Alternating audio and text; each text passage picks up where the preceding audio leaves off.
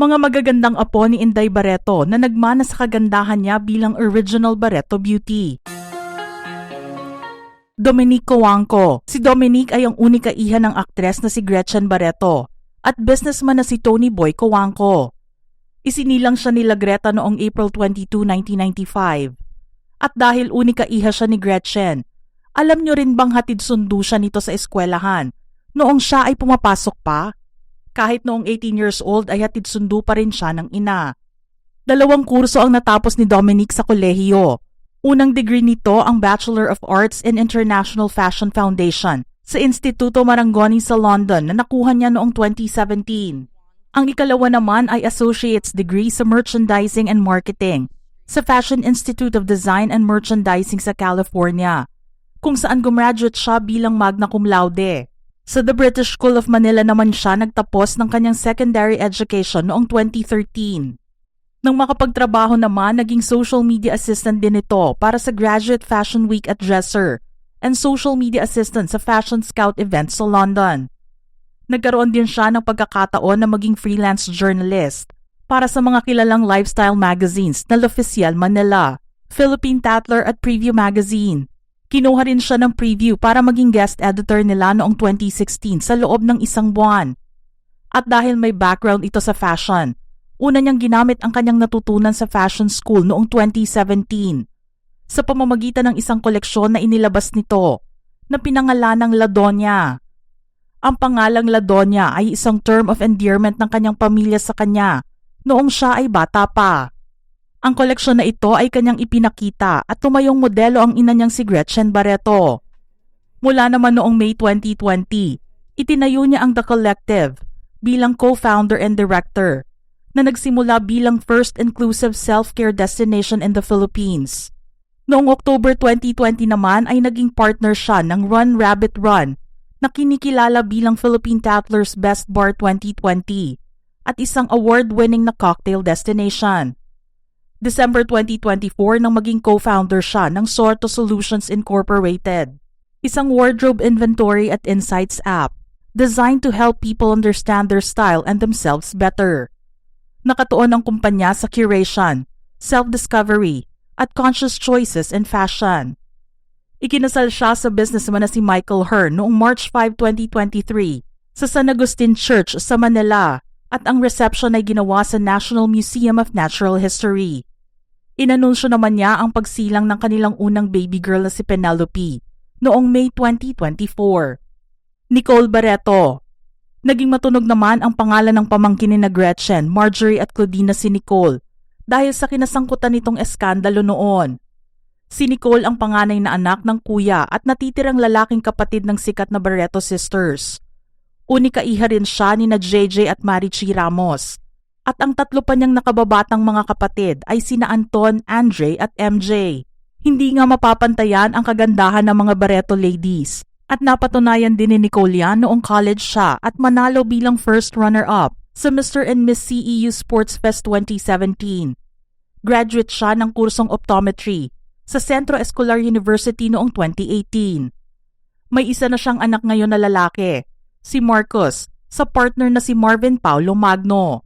Nalagay ang pangalan ni Nicole sa headlines noon nang madikit ang pangalan niya sa businessman na si Atong Ang. Lumabas kasi sa mga balita noon na si Nicole daw ay nagkaroon ng relasyon kay Atong at naakusahan pa ang kanyang tita Gretchen na inagaw ito sa kanya. Gayunpaman nilinaw naman ni Atong na nagtrabaho sa kanya si Nicole bilang assistant niya na nag-aayos ng mga flights at schedule niya. Siya rin daw ang nagpaaral kay Nicole. Pero mas naging malapit siya at naging staff niya ang nanay ni Nicole na si Marichi. Danny Barreto. Si Danny ang panganay na anak ni Marjorie sa action star noon na si Kier Legaspi. Nakababatang kapatid ng aktor na si Zoren Legaspi.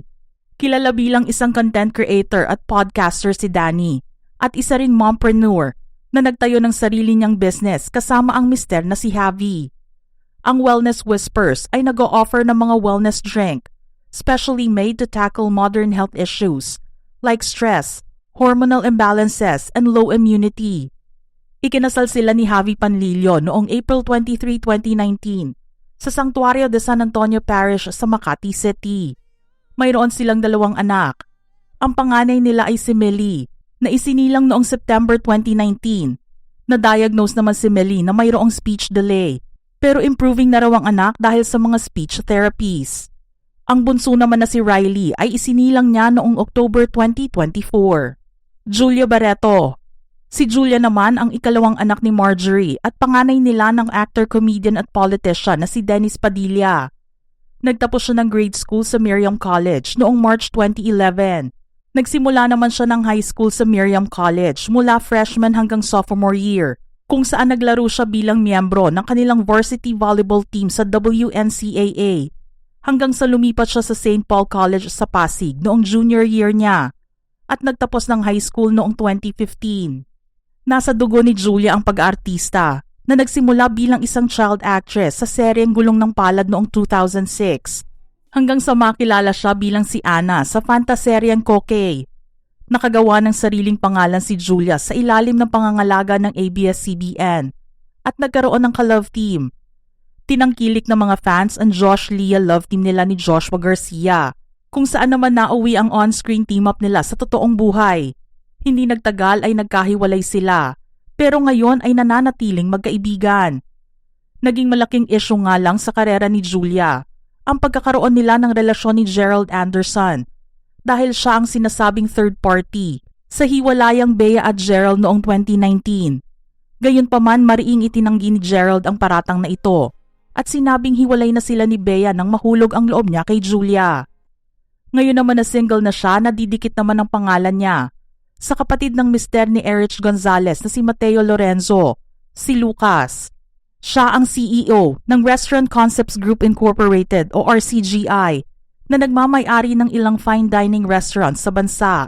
Pero pinabulaanan naman ang naisulat na ito at sinabing walang katotohanan na may relasyon ang dalawa. Claudia Barreto. Si Claudia ang ikatlong anak ni Marjorie at ikalawa nila ni Dennis Padilla. Isinilang siya noong July 26, 1999. Nagtapos si Claudia ng high school sa Everest Academy, Manila noong 2018 na nakakuha ng Silver Academic Award. Kumuha siya ng management course sa Ateneo de Manila pero nag-shift ito sa AB Psychology na kanyang natapos noong 2022. Hindi showbiz ang pinasok ni Claudia dahil mas nahilig siya sa paggawa ng musika. Taong 2017 nang simulan niya ang kanyang karera. Pumirma siya ng kontrata sa Universal Records at kalaunan ay napasama sa pamilya ng Cornerstone Entertainment. Nagwagi naman siya ng Best New Female Artist Award sa 2017 Awit Awards. Naging Viva Artist Talent siya noong 2021. Tahimik naman ang love life ni Claudia kay Basti Lorenzo, kapatid ni na Mateo at Lucas Lorenzo, dahil umabot ito ng 10 years bago sila nagpakasal noong April 8, 2025 sa St. James the Great Parish sa Muntinlupa City. Erich Barreto. Si Erich naman ang bunsong anak ni Marjorie sa dating mayor ng Caloocan City na si Recom Echeverry. Isinilang siya noong April 2012. Matatandaan na hindi kaagad na amin ni Marjorie ang anak sa publiko. Lumipas ang ilang taon at doon lang niya nasabi na si Mayor Recom ang ama ng kanyang bunso. Unang nakita ng publiko ang 7-year-old na si Erich noong February 2018. Malaking achievement naman para sa kanilang pamilya ang pagkakatanggap ni Erich sa Oxford University Summer School noong 2025 sa United Kingdom para kumuha ng psychology. Full support din ang ibinigay ng kanyang pamilya sa napili niyang pangarap. Mga ka-showbiz peeps, anong masasabi niyo sa ating listahan ngayon? Share your thoughts in the comment section below.